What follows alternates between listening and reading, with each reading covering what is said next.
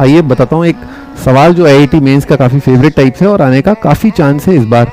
तो सवाल ये 0 से e⁻³ ग्रेटेस्ट इंटीजर दे रखा है 1 e⁻ x-1 का। इस तरह के सवालों में अपने को ग्रेटेस्ट इंटीजर के अंदर जो फंक्शन दे रखा होता है उसका रेंज निकालना होता है।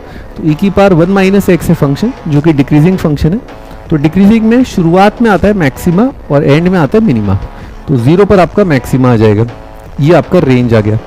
e⁻1 मोटा माटी पकड़ें तो 2.7 होगा और e⁻1 - e³ इसे घबराए नहीं, है ना। ये सोचिए कि e/e⁸ से भी बड़ा है ना, e⁸ बहुत बड़ा नंबर होगा।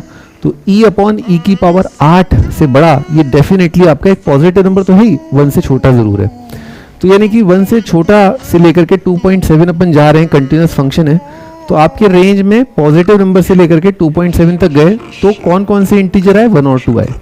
तो आप 1 और 2 पर देख लीजिए, क्योंकि लगातार डिक्रीज करने वाला फंक्शन है। तो आपका e⁻1 - x 1 कब आ रहा है, 2 कब आ रहा है। तो यहाँ पर जब पावर को 0 कर दोगे तो 1 आ जाएगा। तो x का वैल्यू आया 1 और 2 के लिए लॉग लेना पड़ेगा, है ना, थोड़ा सा कैलकुलेशन तो है।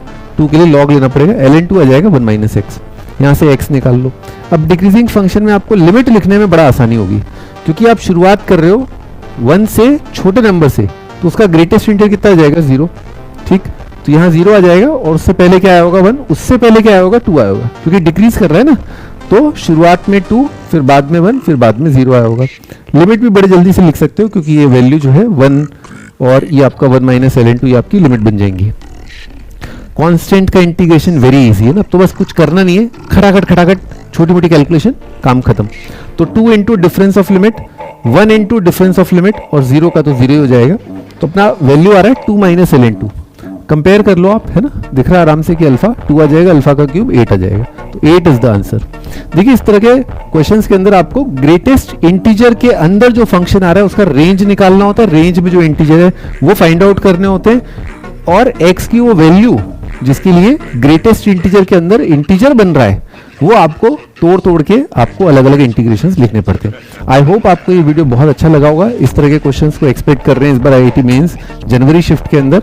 तो इस तरह के और भी कई एग्जांपल्स आपको अगर जानने हैं तो मेरे यूट्यूब चैनल है उसे सब्सक्राइब कर लीजिए। आगे आने वाले वक्त के अंदर जैसे IIT मेंस का एग्जाम पास आएगा, इस तरह के और वीडियोज़ में आपके लिए लेकर के आऊँगा।